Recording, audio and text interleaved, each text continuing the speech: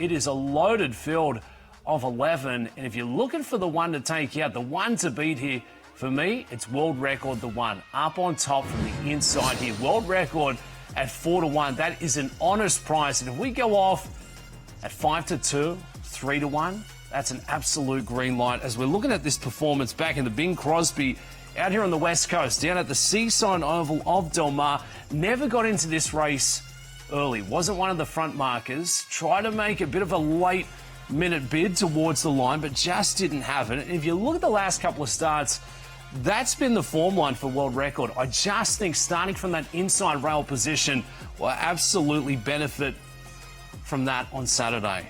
Gets Tyler Gaffalione, Rudy Brissett there as well. Let's take a look at another one of the big contenders. Starting alongside in the 2-hole, it's Roll On Big Joe, the 5-year-old for Bob Hess and the team. 2 wins from the last 3. We'll recognise World Record out of the Bing Crosby, but a similar theme for Roll On Big Joe. Really didn't show up to play down there at the Seaside Oval. Gets back to racing at Churchill Downs, where Roll On Big Joe has a perfect 2 for 2 on the race resume. A 2-time winner at the 6 furlong distance. And you look at the speed figures, not only are they impressive, not only do they make Roll On Big Joe a live player in for this spot, they're very consistent.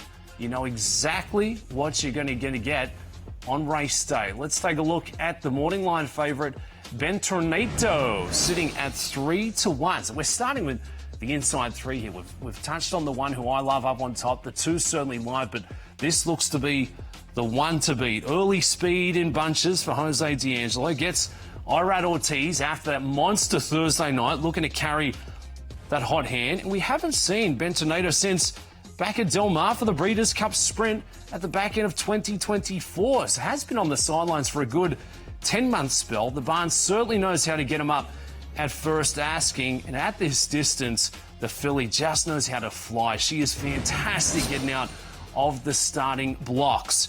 If you're looking for spoiler alert could be coming from the Godolphin team. The Royal Blue behind Nash, the 5. The 4-year-old colt trained by Brad Cox.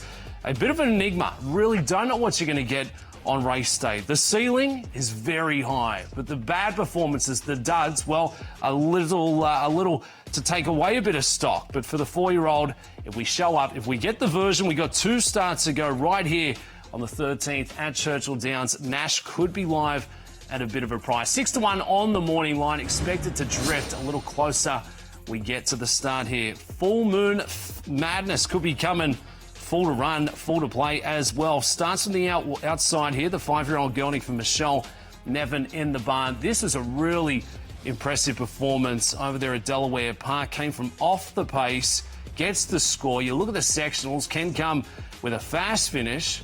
3 months, well rested, looks to fire fresh back in for this spot. And from all reports, the morning works have been looking fantastic for Full Moon Madness. The 11 runner sitting at 12-1 on the morning line. So a couple of big threats, a couple of big contenders looking to prove themselves.